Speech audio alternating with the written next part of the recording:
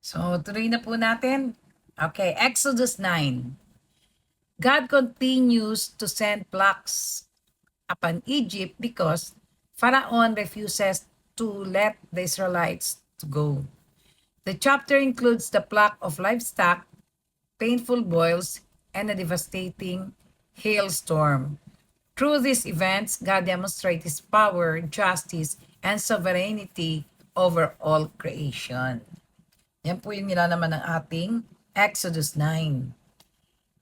God is sovereign over all the earth and no human power can stand against His will. He is patient and gives opportunity for repentance.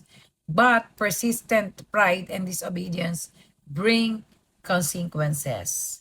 Matigas po talaga ulo ng hari ng Faraon.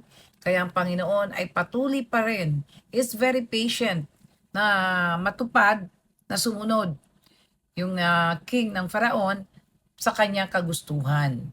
So, yun po yun. At,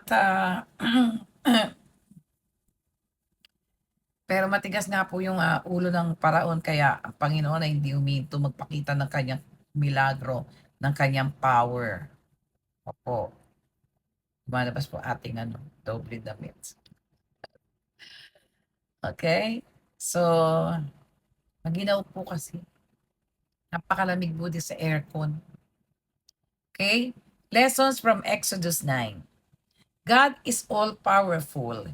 The plaque showed that God controls nature, health, animals, and nations. Nothing is beyond His authority. Makapangyarihan po ang ating Panginoon, kaya walang sino mang pwedeng masunod sa mundong ito kundi ang ating Diyos. Pride can harden the heart. Pharaoh repeatedly saw God's power but refused to fully obey. Pride often prevents people from accepting God's truth and direction. Totoo po yan. Even tayong mga tao, talagang matigas po ulo natin. Yung iba nga, hindi pa naniniwala na may Diyos eh. Yung iba nga po talagang hindi nagsisimba, hindi nagdarasal dahil naniniwala sila sa sarili nilang galing. Pero ang totoo po niyan, meron po tayong Diyos na dapat natin sundin. God gives opportunity to repent before the hailstorm. God warned the Egyptians so they could protect themselves. This shows His mercy and even in judgment. Matyaga nga po ang Panginoon eh. Patuloy pa rin patuloy pa rin siyang nagbibigay ng pasensya at na magsisi tayo sa mga kasalanan. Pero